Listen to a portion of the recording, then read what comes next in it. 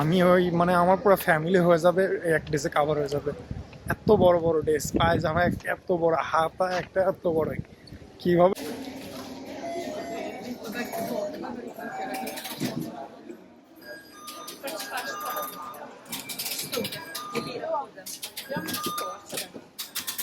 কাবাতাস থেকে সুলতান যাব, সুলতানের ওখান থেকে আপনার ইউসুফ পাশা পর্যন্ত এই ট্রেনটা চলে যায়। মানে আমি যদি বলি তাহলে এই ট্রেনে আপনি মেট্রোতে পুরো শহরে যতগুলা স্পট আছে ঘোরার মতন সবগুলোতে আপনারা আছে ঘুরতে পারবেন।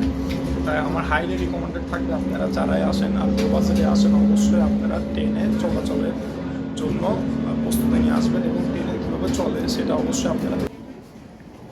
আপনাদেরকে আমি এই যে এই ড্রেসগুলো এত বড় বা এই ড্রেসগুলো যে দেখতে পারতেছেন সম্রাটদের যে বা সেই সময়কার মুঘল যে ড্রেসগুলো ছিল, এই ড্রেসগুলো আসলে বড় হওয়ার রহস্যটা কি বা কেন এই ড্রেসগুলো এত বড় সেটা আপনাকে দেখায়। আমার যে ছবিটা আপনারা দেখতে পাচ্ছেন, আমার মতন মনে হয় 3 থেকে 4টা মানুষ লাগবে এই ড্রেসটা কাভার করার জন্য।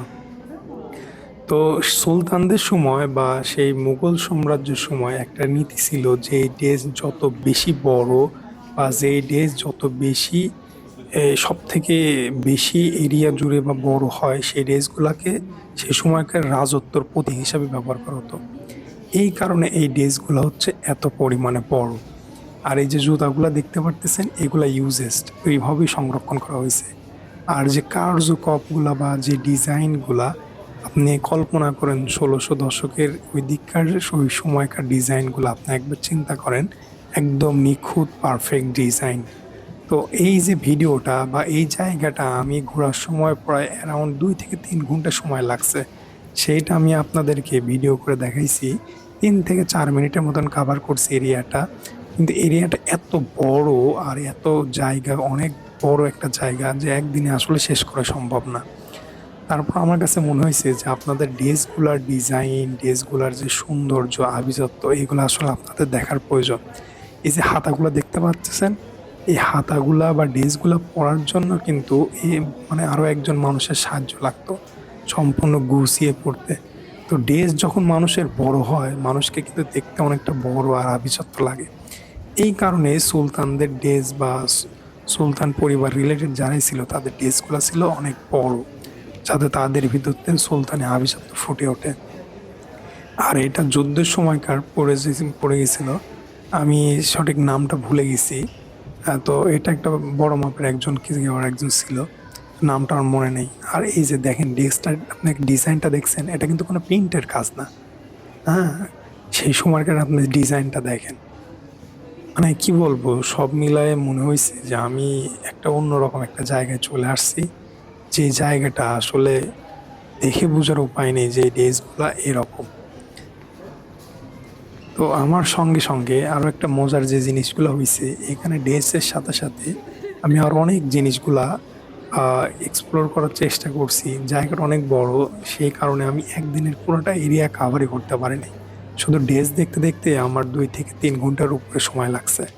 তো আপনাদেরকে আমি আবার নেক্সট ভিডিওতে ড্রেস বাদেও সুলতানদের যেই খাবার দাবার বা সুলতানদের যেই আপনার জুয়েলারি ছিল সেইগুলো আমি দেখাবো।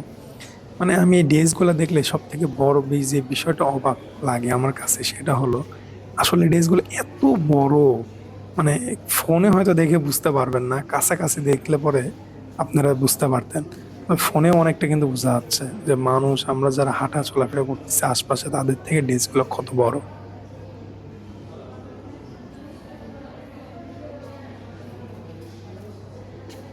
এই ড্রেসগুলার যেই সুন্দর যেই কাজটা করছে, প্রতিটা ড্রেসগুলা কিন্তু আমার পরে মানে সুন্দরভাবে লাইটিং প্লাস কাজ দিয়ে ঘিরে রাখা, মানে যত রকমের ব্যবস্থা আছে সংরক্ষণ করা সবগুলা এই তুরস্ক মানে সেই ইতিহাসকে ধরে রাখার জন্য সেই ব্যবস্থাগুলো নিছে।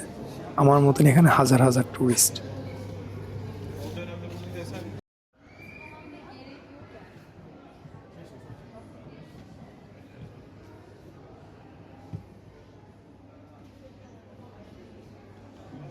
এখানে ছিল সুলতানের আমলের সব ব্যবহৃত সব জিনিসপাতি, কি আর যেইগুলা দেখালাম, যে ড্রেসগুলা মায়ের বাপ, আমি ওই মানে আমার পুরো ফ্যামিলি হয়ে যাবে, এক ড্রেসে কাভার হয়ে যাবে।